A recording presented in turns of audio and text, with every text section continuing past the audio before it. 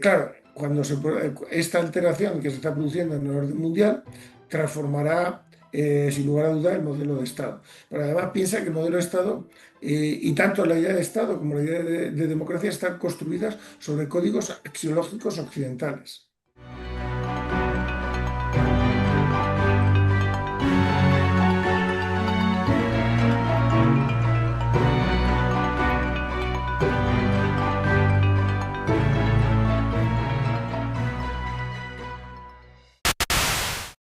Federico Aznar, capitán de fragata, ensayista, escritor, toda una personalidad, digamos, y personalmente la persona que más sabe de geopolítica.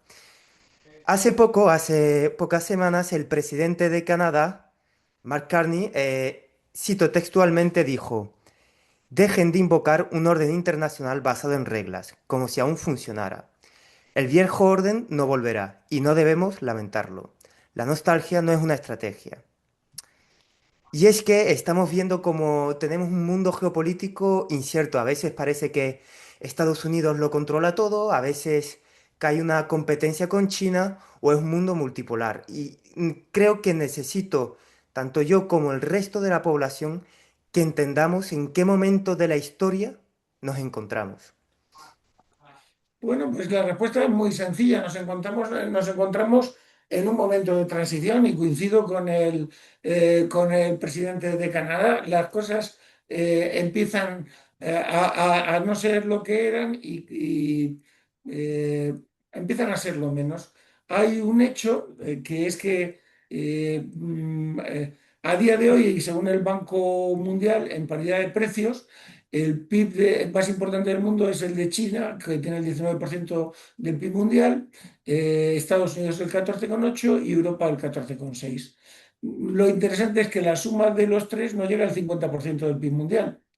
Y claro, entonces se ha producido una pérdida de poder relativo y eso ha supuesto la reconfiguración geopolítica del mundo. Las reglas, las reglas no pueden impedir que el mundo cambie.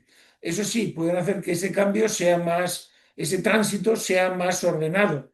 Y el riesgo de que descarrile un cambio de orden mundial sin reglas, pues es mucho mayor. Y el descarrilamiento se produciría sin lugar a dudas, en forma de una guerra. Y eso es siempre un motivo de prevención. Pero es que aquí no hay poderes que choquen. O sea, Estados Unidos se está replegando sobre su hemisferio. En la última estrategia de seguridad nacional renunciaba incluso al liderazgo global. Y es que en América del Sur, pues que es su patio trasero, o que era su patio trasero, antes estaba al socaire de su poder global, pero ya no. Hay otros actores y él se concentra sobre su propio hemisferio eh, para tratar de controlarlo, porque si no puede controlar su propio hemisferio, tampoco puede controlar el resto del mundo. Y entonces las relaciones con Europa se resienten porque él no pone tanto interés como había puesto antes, entonces los europeos también pondrán menos interés en las relaciones con Estados Unidos. El vínculo transatlántico se debilita. Hmm. Pero Y tú eso puedes porque se imaginar... produce, se produce como resultado de la Pax Americana. Con la Pax Americana todos han crecido y el poder relativo de Estados Unidos, el poder relativo de Occidente, es menor. Y eso es una realidad. Todo el mundo se ha beneficiado de este cambio. Sí, claro, porque a mí me gustaría saber, tú hablas de transición, pero ¿hacia dónde transicionamos? ¿Cómo es ese mundo que vamos a vivir en 20 años o cómo lo Pues no, imaginas? no es un mundo que sea mejor que el anterior, al menos para nosotros, ni necesariamente más pacífico. Un mundo, podemos verlo como un mundo desordenado, como lo fue el siglo XIX. De hecho, las letras con las que se compone el siglo XXI, dos X y una Y, son las que se componía el siglo XIX. Ah, sí. Y en Sí. ese siglo, que fue un siglo desordenado, se produjeron solo 15 millones de muertos en combate en Occidente. 15 millones de muertos en combate no son demasiados. Pero bueno, la Primera Guerra Mundial, que es ese fin, esa finalización de ese mundo desordenado o de multipolaridad desequilibrada, se produjeron 25 millones de muertos en combate. Pero luego hay que plantearse la mal llamada gripe española produjo 50 millones de muertos. Ya. Entonces, una, eso es una desgracia. Entonces, entonces Pero ¿cómo cuando habla, el riesgo de guerra es un riesgo real? La vale. multipolaridad no trae, no trae consigo la paz, trae la certeza de que en algún momento habrá una guerra. El problema de ahora, que es diferente del siglo XIX, es que existe el arma nuclear y que el arma nuclear se va a diseminar más. Cuanto más tiempo pase, la tecnología se hará más accesible para todos. Y eso es un serio problema. Tú has hablado, fíjate, del siglo XIX, siglo XXI, y me gustaría saber si, aparte de eso, hay un cierto patrón a lo largo de la historia que produzca cambios geopolíticos o del sistema internacional. Ya puede ser, por ejemplo, en la Edad Media, pues obviamente el mundo conocido, o ya luego de un mundo más globalizado. Si hay un cierto patrón que produzca esos cambios. Hombre, la historia no se repite, pero rima, ¿eh? Pero Mm. rima. Entonces, el problema de la rima es que en este caso es rima asonante, en el sentido de que el patrón del que usted me habla no se ha producido, solamente en 4 ocasiones el cambio de orden mundial se produjo sin derramamiento de sangre. La última fue la sustitución del liderazgo inglés por el liderazgo americano. Pertenecían a una misma cultura y eso lo facilitó. Pero tú fíjate que tras la Primera Guerra Mundial, todos los que participaron en ella, ganadores y perdedores, perdieron. Sí, Y apareció una nueva potencia que fue la que participó en último lugar y que fue la gran beneficiaria de ese cambio, que fue Estados Unidos.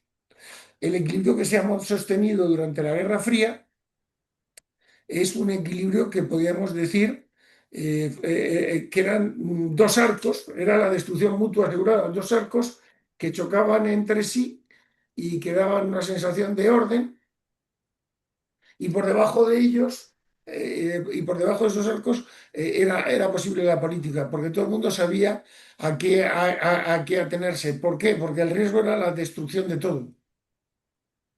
Y a eso vamos a volver. Y la Guerra Fría fue una guerra que ganaron los diplomáticos. Es una guerra que es una victoria diplomática, porque mm, los ejércitos contenidos fueron capaces de dar esa victoria. Pero ese momento, un momento ordenado, no se reproducirá más. Y luego planteate si el orden es bueno o es malo. En Auschwitz, si tú visitas a Auschwitz, verás que es un espacio ordenado, porque es un espacio que lo hicieron los ingenieros. Y decía el de Archipiélago Gulag, ¿cómo se llamaba? mm, Solzhenitsyn, ujú. en las obras de Shakespeare solamente morían 10 o 12 porque no había orden. Entonces, y tú piensas que un siglo ordenado como fue el siglo XX, en la Primera Guerra Mundial se produjeron 25 millones de muertos, en la Segunda 110 y en todo el siglo XX 187 millones de muertos en combate. Esos son muchos muertos como Sí, consecuencia directa, mejor dicho, como consecuencia directa de la guerra. Entonces cabe preguntarse hasta qué punto es bueno o malo el orden. Sin embargo, un desorden con armas nucleares es un desorden muy peligroso. es un momento entonces clave que poca gente se da cuenta y en cierto sentido transmite un poco de miedo, o sea, es la risa nerviosa, porque realmente es un mundo incontrolable, Sí, dirigido por personas, al final un botón nuclear lo puede sí. pulsar. Es que volvamos a la Primera Guerra Mundial, por hacer esas rimas asonantes en la Primera Guerra Mundial. ¿Cuál fueron se sigue, han pasado más de 100 años de la Primera Guerra Mundial y la gente se sigue preguntando cuál fue su causa. Si fue la industria, si fue El asesinato y... el Two Power Standards, el deseo de superar la carrera de armamentos. Y no, no, no. Todos los conflictos, factores polemológicos son las causas que conducen a los conflictos. El problema es que los conflictos no son unicausales. Entonces, si nos preguntáramos cuál fue la causa de la Primera Guerra Mundial, una guerra en la que todos perdieron, es un liderazgo político incompetente sumado a un liderazgo militar también incompetente, porque cuando Clemenceau decía que la guerra era un asunto demasiado serio para dejárselo a los generales, y Ludendorff decía que la política tenía que ceder ante la guerra, los dos estaban diciendo que no eran capaces de cumplir con sus objetivos. Clemenceau de encontrar una solución política al conflicto, que ese es a eso a lo que le llamamos paz, y que hubiera sido algo muy deseable para que no se hubiera producido el fin de Francia, y Ludendorff, que no era capaz de resolver el paradigma de Clausewitz, de que la defensa era más fuerte que el ataque. Entonces, ninguno de los dos cumplía. Todos los militares se equivocaban, todos pensaban que la guerra iba a ser un par de semanas y no más. ¿eh? Y empezaron a rugir los cañones de agosto y no se encontró ni una solución política a la guerra, es decir, una paz, ni una solución militar a la guerra, es decir, una victoria. Los dos fallaron. La niebla, los dos te habían hecho mal su trabajo. Entonces, eso puede volver a suceder ahora. Sí, y tú que estás, digamos, en las altas esferas del ejército, ¿sientes que el cuerpo diplomático, en este caso español o también europeo, no sé si puedes transmitir cierta esperanza para evitar, obviamente, un conflicto Hombre, yo armado? No no, sé. yo me ocupo de las ideas, yo no me ocupo de la realidad, Ujú, trasciendo de las personas. ujú, Y muchas veces estas cosas son las personas. Y tú puedes tener un cuerpo diplomático magnífico sí. y alguien malo al frente del Lo mismo y sí. colapsar el sistema, o un cuerpo diplomático malo y alguien bueno al frente del mismo y arreglar el problema. O sea, es que cuando entra la realidad, la realidad es difícilmente previsible. El Mm, hecho fáctico es el hecho fáctico. Entonces, lo que hay que dar es no dar pie a eso. Es como cuando no se le ocurrió, volviendo a la Primera Guerra Mundial, al Kaiser alemán, cuando ya había decretado la movilización general, intentó parar la guerra y ya no podía, ya no podía. Digo, no lo puedo parar, no lo puede parar. mm. Las circunstancias le habían dominado, había cometido un error. Es terrible. Claro, con la diferencia de que ahora el error puede ser fatal. Es lo que hemos hablado antes de las armas nucleares, que puede ser fatal. Y en este tumulto al final de factores, ¿en qué lugar queda el ciudadano medio, el pueblo? Porque claro, mi generación, te voy a hablar de mi generación, que yo lo conozco, hablo todos los días con ellos. Es que sabemos dónde queremos ir, pero no sabemos ni el cómo, ni las herramientas, ni confiamos en las instituciones que deberían liderar ese cambio a mejor, porque personalmente creo que mi generación no está pasando un buen momento. Entonces, ¿en qué papel queda? ¿Qué tenemos? ¿Qué se nos reserva a nosotros, el ciudadano medio? Sí tenemos, claro. Pero tú piensas que es al ciudadano medio del mundo, no al ciudadano medio español. Sí, no, no, O sea, claro, es que, claro, pues mira, estamos dominados por fuerzas tectónicas, o sea, las big tech, o sea, es que las grandes tecnológicas, las 30 grandes tecnológicas, suman el PIB de 150 países llenos de ciudadanos medios. Es que las fuerzas que hay puestas en marcha lo devoran todo y no le dejan mucho hueco al ciudadano medio, y menos como actor individual. Hay poco que los mm, actores individuales puedan hacer en este contexto, mm. siempre y cuando no sean líderes, claro. Ya, bueno, ya, pero es verdad que es complicado. Y también hablando de autores, hay un autor, porque toda esta entrevista viene de un artículo que me encantó y lo menciona, y es de la Academia Alemana, Ratzel, que él dice que los estados son organismos vivos y que o se expanden o mueren. Y estamos viendo conflictos por primera vez ya no ideológicos como antes, sino también territoriales, de anexionarse territorio. Estamos hablando de Groenlandia, cierta parte de Ucrania, estamos hablando de Taiwán, quizás podríamos hablar de Palestina. Hemos vuelto, ¿no? Entiendo a esa idea preconcebida Yo de espero que no. organismo. Vamos a ver. La Mm, geopolítica es un concepto que surge, el nombre, eh, el nombre se lo da Helen, que es ujú. sueco, y se complementa con Ratzel. El problema de esta gente, el problema de Haushofer, de todo es que se pusieron al servicio del nazismo. Surge de Alemania y se pusieron al servicio del nazismo y le dieron unos postulados y una argumentación científica de la que se sirvieron los nazis para justificar políticamente sus fines. Y tan duros fueron esa justificación que el propio Haushofer acabó en la cárcel. Él Mm, tomó parte o estuvo implicado en la conspiración de von Stauffenberg y uno de sus hijos fue fusilado.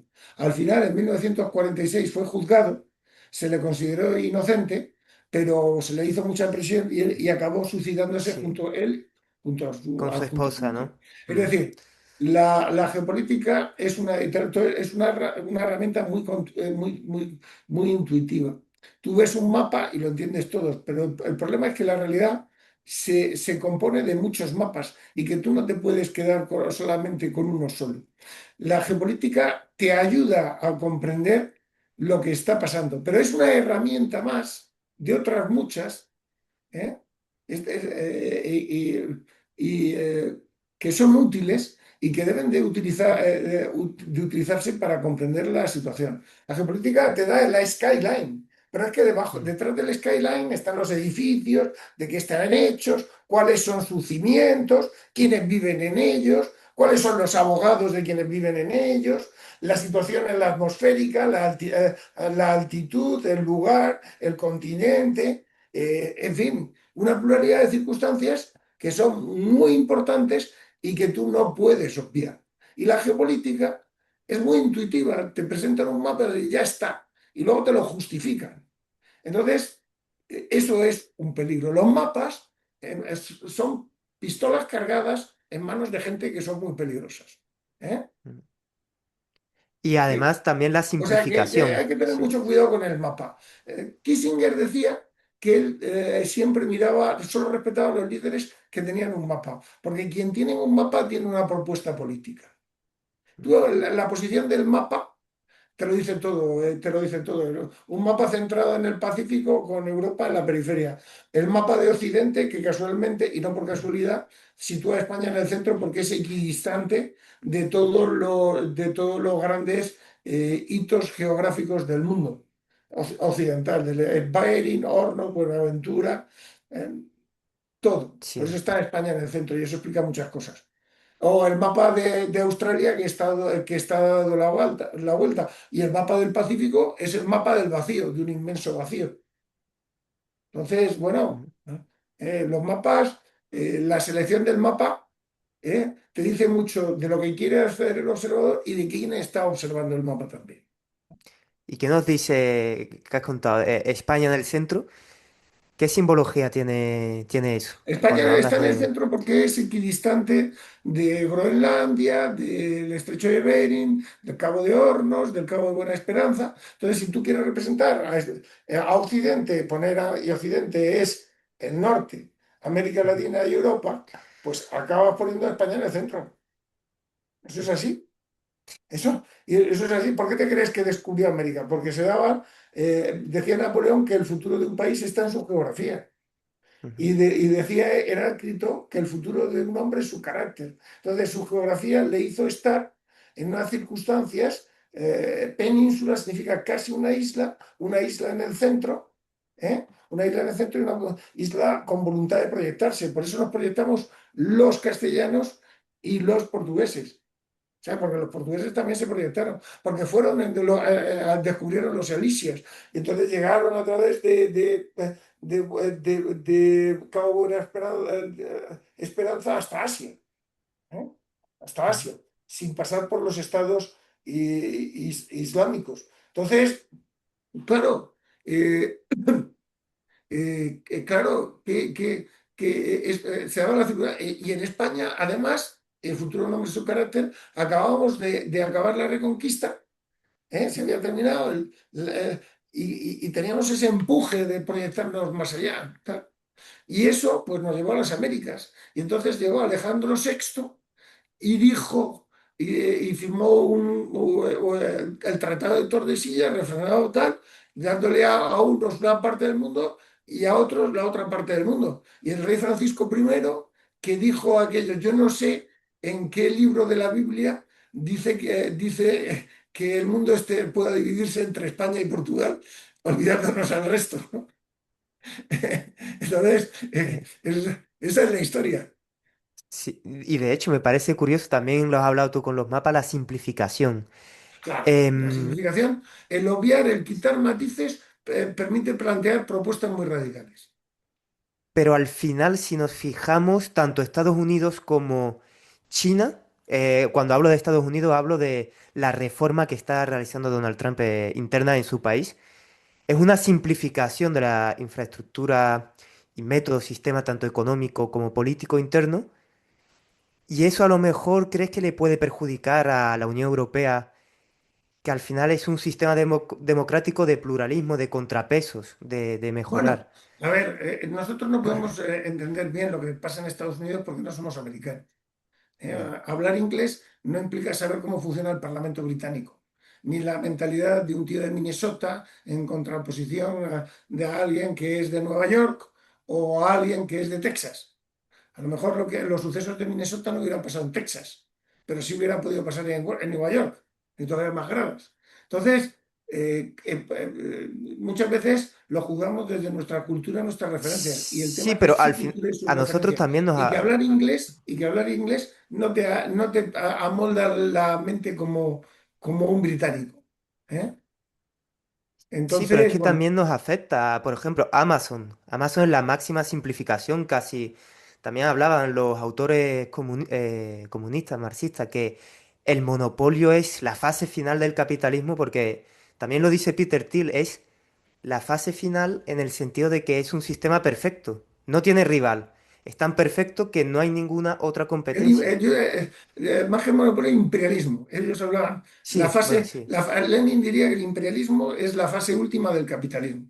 Entonces, y tiene su lógica, ¿no? Dentro de acabar con la lógica extractora dentro de la propia nación y luego la prolongas para el mundo. Eso sería el sentido del libro de Lenin, acabado tu modelo a nivel nacional y ya no puedes extraer más, te adueñas de los factores de producción a nivel global. Hmm. Esa sería la propuesta.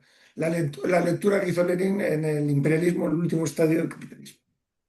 Pero bueno, la cuestión es, ¿está Europa, la Unión Europea, el sistema democrático preparado para este mundo que tú has hablado al final, multipolar, más agresivo? Hombre, Eh, vamos a ver, no, porque el mundo ha cambiado y ahora tenemos que cambiar nosotros. Los cambios de mentalidad llevan un tiempo, pero al final el problema de la realidad es que no te queda otro remedio que lidiar con ella. sí, que aceptarla. La realidad se acaba imponiendo. Entonces, claro, nosotros hemos tenido 50, 70 años de Pax Americana, pero esa Pax Americana que ha permitido el desarrollo de los otros, se ha producido el ascenso de los otros y la pérdida de poder de Occidente. Si es que tú piensas que en la conferencia de Bandung, en los años 70, Sí, sí. ahí estaba el 8% del PIB mundial. Y ahora el sur global pues es en torno al 40% del PIB mundial. Ese sur global no está gobernado. Si no lo podemos gobernar desde los grandes países, no lo van a gobernar los pequeños países. Y ese sur global que ha crecido, pues hace que sea muy difícil proyectar el poder. Un control el control que pueda pretender Estados Unidos sobre América Latina no va a ser tan fácil como lo fue durante el siglo XIX o la primera mitad del XX. ¿Por qué? Porque esos países que antes desinstitucionalizados ya no son tanto y esas sociedades débiles ya no lo son tanto. y ellos tienen también sus empresas y, en fin, no va a ser tan fácil la doctrina Donroe. Don't Monroe. Donroe, el corolario eh, ¿Mm? Trump a la doctrina Monroe. No va a ser Ha dicho no Donroe. va a ser, no va a ser tan fácil. Ya, sí, No es, imagino. no es nada fácil porque Brasil tiene el 2% del PIB mundial y es un país grande. México representa una fracción importante del PIB mundial también. Y Estados Unidos, en fin, es muy poderoso, pero no tanto. Y piénsate que la deuda norteamericana, que está en el fondo de ese repliegue estratégico, y la China. La Ya, deuda bueno, ya China. norteamericana entre empresas privadas, creo que la deuda pública está en 140 y la de las empresas 130, entre el Mm. 270 y el 280. Y los chinos andan entre el 280 y el 300% con una deuda oculta que no sabemos de cuánto es. Entonces, ambos dos están exhaustos.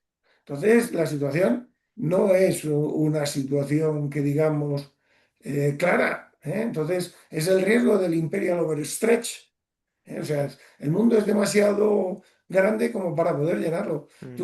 Y de hecho, China no ha confrontado con Estados Unidos. Son dos movimientos, el de contracción, que hizo que Estados Unidos se replegara hacia Oriente Medio, y luego esos vacíos que ha dejado Estados Unidos han sido rellenados por China. Y eso explica, por ejemplo, que China haya propiciado el acuerdo entre Irán y Arabia Saudí.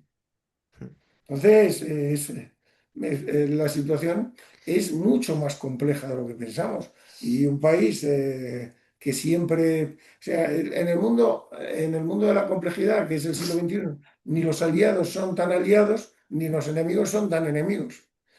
Lo que nosotros decimos es que todo el mundo va a lo suyo, excepto yo que voy a lo mío. Entonces, Sí, América siempre ha sido first para América. El tema de la América first es el plazo, que yo lo quiero a corto plazo. Pues a corto plazo puedes obtener más, pero a largo plazo obtendrás menos. Porque si es tú no justamente eso. apuestas por mí Mm. y me apoyas a mí, ¿por qué te voy a apoyar yo a ti? O sea, Exacto. no ha habido un aliado más leal con Estados Unidos que Dinamarca y Canadá. Y ahora las tiene en contra. No Claro, sé, y a mí luego, también. no, bueno, en contra No en no, contra, pero. mm, divergentes, o sea, y la foto de Davos que se vio, estaba el presidente de Estados Unidos, en vez de con sus aliados tradicionales, pues estaba con Arabia Saudí, con Marruecos, con Hungría, con Argentina, pero ahí mm. no estaba Alemania, no estaba Francia, no estaba España, no estaba Canadá. Y en ese mundo nuevo, ¿qué papel podría tener España o la Unión Hombre, Europea? España tiene un gran papel que Sí. es con Mm, América Latina. ujú. Y América Latina es eh, nuestra relación con América Latina es una relación muy importante, que nos la ha dado la historia, que está allí. Es una relación que unas 700 millones de personas que hablan español. Eso no implica el liderazgo español. España no debe de tratar de liderarlas. Hay una frase de Lao Tse que se llama conservarse débil se llama fortaleza. Pero si es un espacio en el que compartir y en el que profundidad, en todo lo cultural, o sea, que la música que se escucha en España sea la misma en español que se escucha en América Latina, pues es una cosa muy importante, porque supone que compartimos emociones, que somos una comunidad. ¿eh? Y entonces, para ser una comunidad tienes que ser tienes que ser capaz de respetar. Entonces, ahí está el papel de España. Y en Europa, una doble identidad. Y en Europa, porque somos europeos. O sea, yo me entiendo mejor con un colombiano que con un alemán. Ahí Mm, prima mi identidad hispánica. Pero somos un buen nexo ¿eh? Para mm, llevar a Europa a Latinoamérica. Yo no estoy de acuerdo con la clasificación de Huntington, que decía que, fíjate lo que decía Huntington, decía que América Latina no era Occidente porque tenía elementos de culturas indígenas que habían sido eficazmente eliminados en América del Norte. Tal cual te lo estoy contando. Y nosotros no, España se mezcló. Sí. España se mezcló, ellos son españoles y son indígenas y deben de sentirse orgullosos de su pasado indígena y de su pasado español, como nosotros nos sentimos orgullosos de nuestro pasado romano, de nuestro pasado visigodo, de nuestro pasado ibérico, de nuestro pasado árabe, ¿no? Porque somos una mezcla de todos, ¿eh? Mm. Somos una mezcla de todos. El problema es cuando te vas a países, como yo estuve hace poco en Uganda, y en medio de Uganda me decían, ¿ustedes son colonialistas? Y decimos, no, yo no soy colonialista.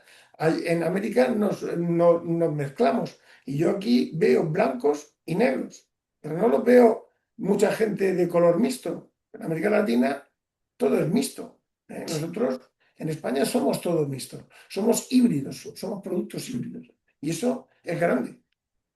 Sí, y se ve, aunque también tú tiras más por el lado sudamericano, pero el Con eje, sus excesos, con sus sí, excesos, ¿eh? sí, claro, Los sí. excesos están ahí y están ahí, ¿eh? Pero claro, Sí, pertenecen a cada época.